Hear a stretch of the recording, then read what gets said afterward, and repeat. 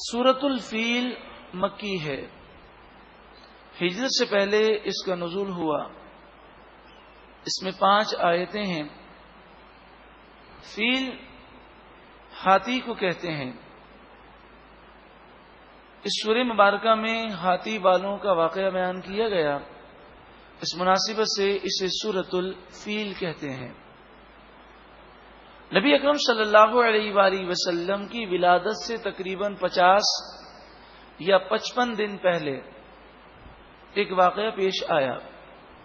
یمن اور حبشہ کا بادشاہ ابرہہ، اس نے اپنے علاقے میں صنعاء میں ایک گرجا تعمیر کیا اور اسے بہت زیادہ خوبصورت بنایا، اور لوگوں میں اس نے اعلان کیا کہ لوگ اس کا طواف کریں اور اس کا حج کریں۔ اس نے یہ دیکھا کہ عرب کے لوگ وہ خانہ کعبہ کا طواف کرتے ہیں، اس کا حج کرتے ہیں، تو خانہ کعبہ کی اہمیت ختم کرنے کے لیے اور اپنے ملک کی اہمیت بڑھانے کے لیے اس نے یہ گرجا گھر تعمیر کیا۔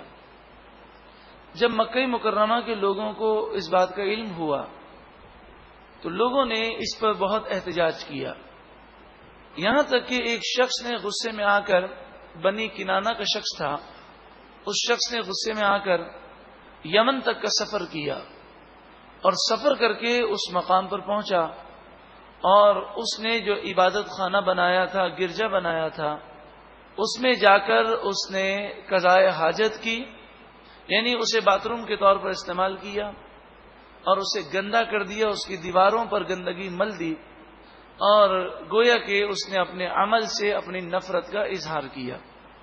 تو جب یہ واقعہ ہوا، ابرہہ کو اس بات کا علم ہوا، تو اس نے قسم کھائی کہ میں خانہ کعبہ کو شہید کر دوں گا۔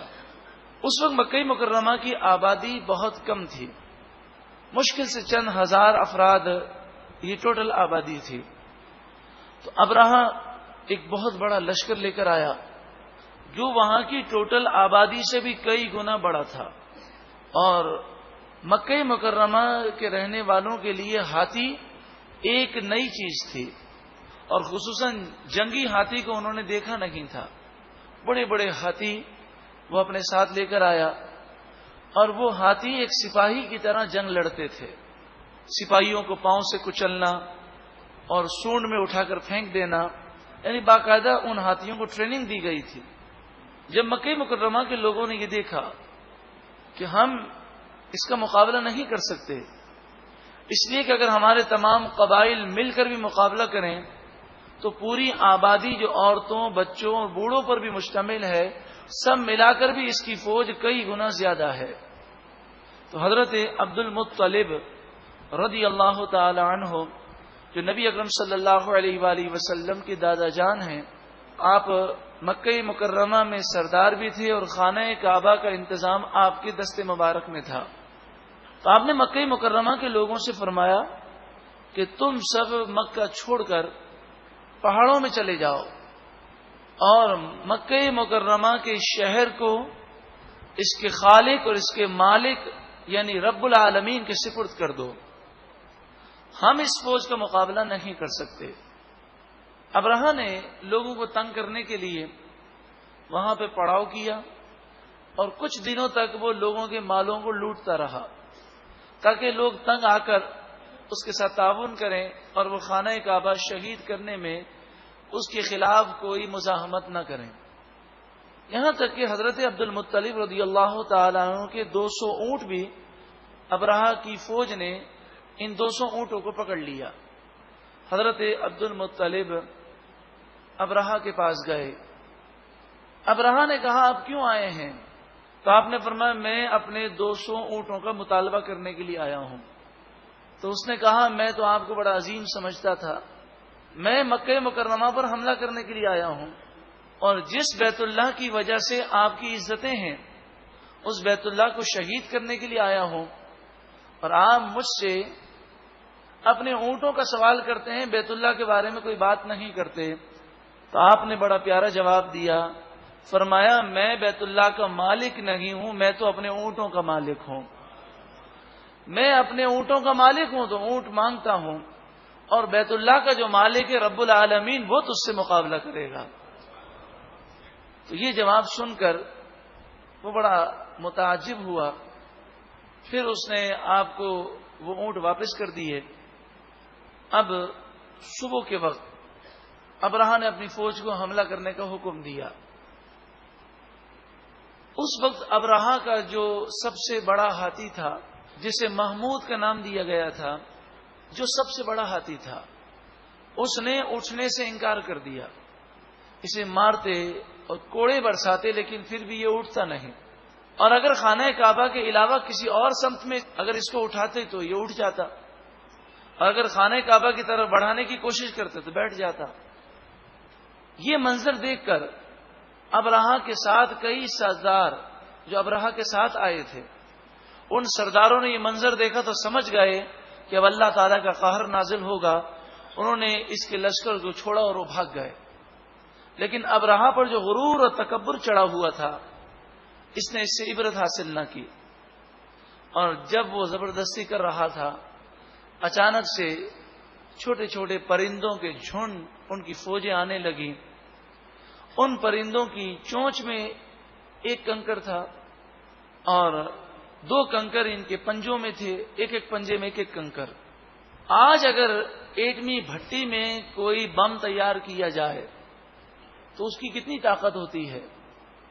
روایتوں میں آتا ہے کہ یہ پتھر گویا کے بم تھے، یہ جہنم کی بھٹی میں تیار کیے گئے تھے،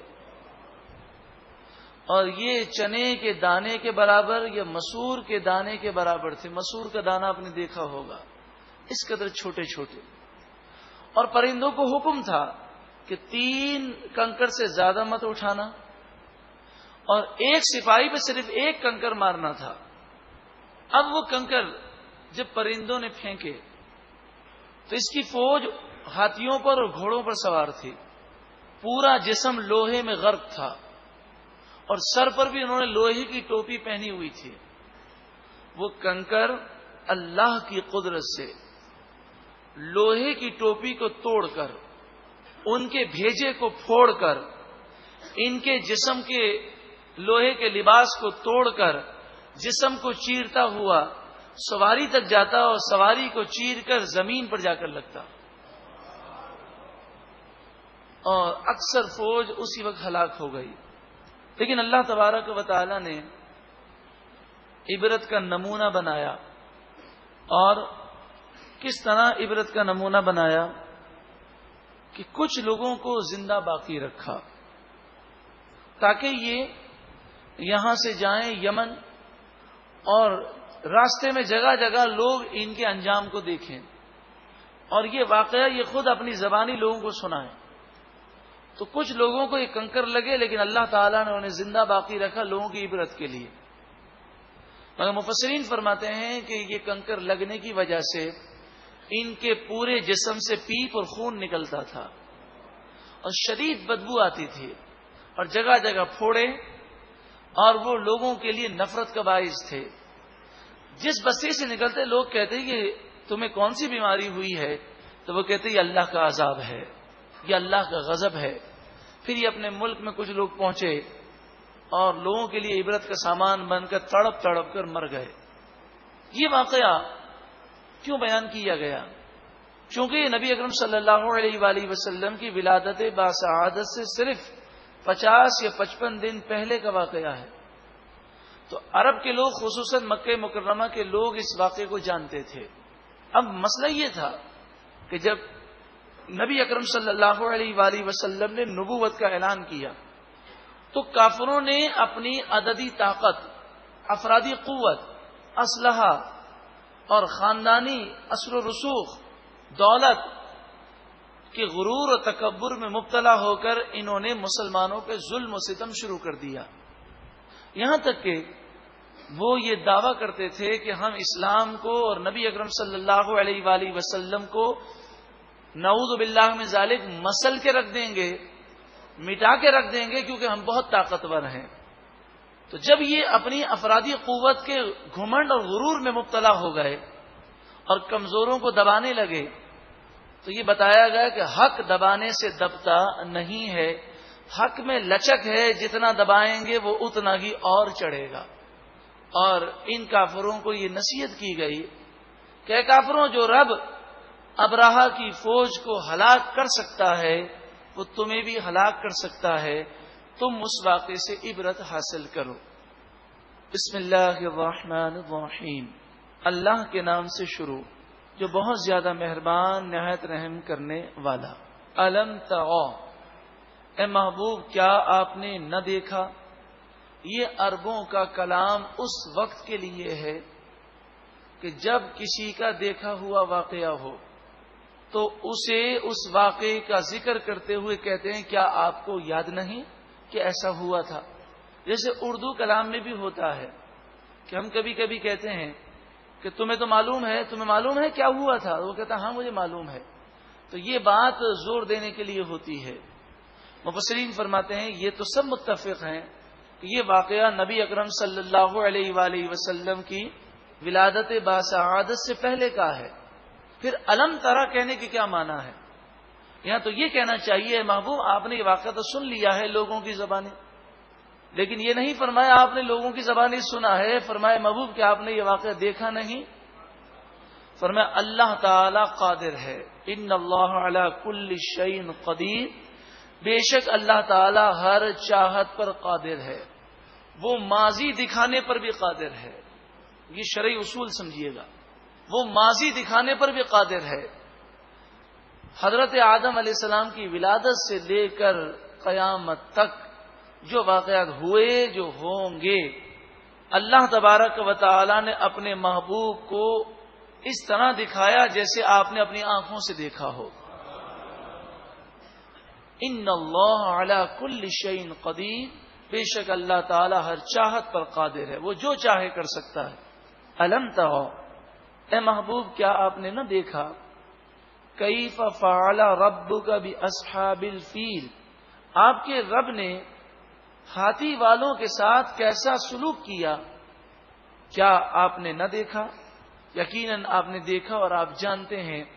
تو اب قریش والوں کو بھی بتا دیں، کفار مکہ کو بتا دیں کہ اگر تم نے اللہ کی نافرمانی کی اور غرور و تکبر کیا تو تمہارا انجام بھی یہی ہوگا۔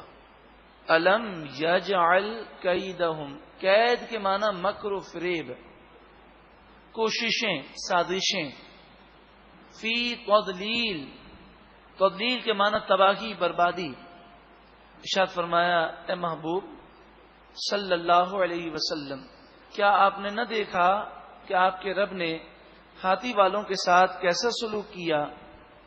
کیا الم یجعل، کیا اللہ تعالی نے کیدہم، ان ظالموں کی سازشوں کو فی تضلیل، تباہی میں نہ کر دیا؟ یقیناً کر دیا، ظالموں کی سازشوں کو تباہ کر دیا۔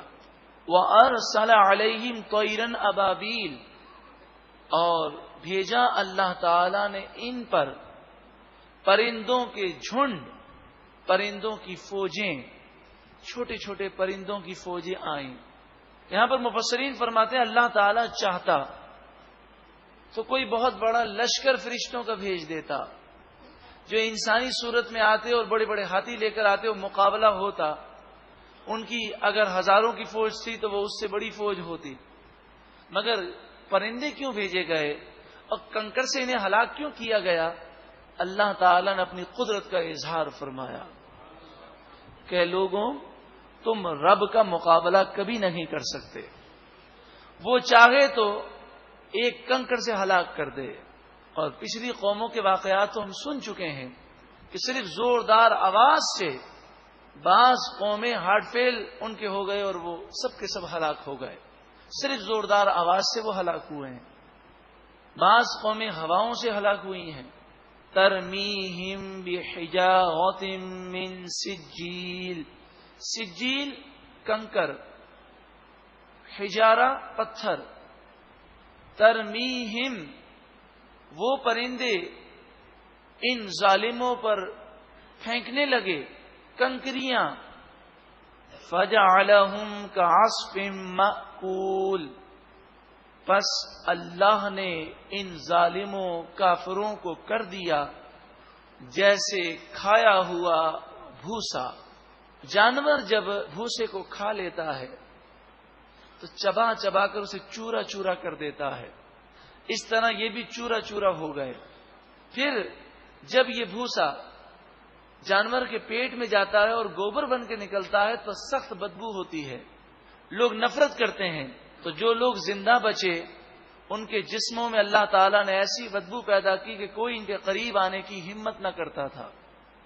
فَجَعَلَهُمْ كَعَصْفٍ مَأْكُولٍ پس اللہ تعالیٰ نے انہیں کھایا ہوا بھوسے کی طرح کر دیا. اللہ رب العالمین ہمیں اپنے غضب سے محفوظ فرمائے، غرور و تکبر سے محفوظ فرمائے، عاجزی انکساری عطا فرمائے، اور ہمیں اپنی اور اپنے محبوب کریم صلی اللہ علیہ وسلم کی فرما برداری کرنے کی توفیق عطا فرمائے.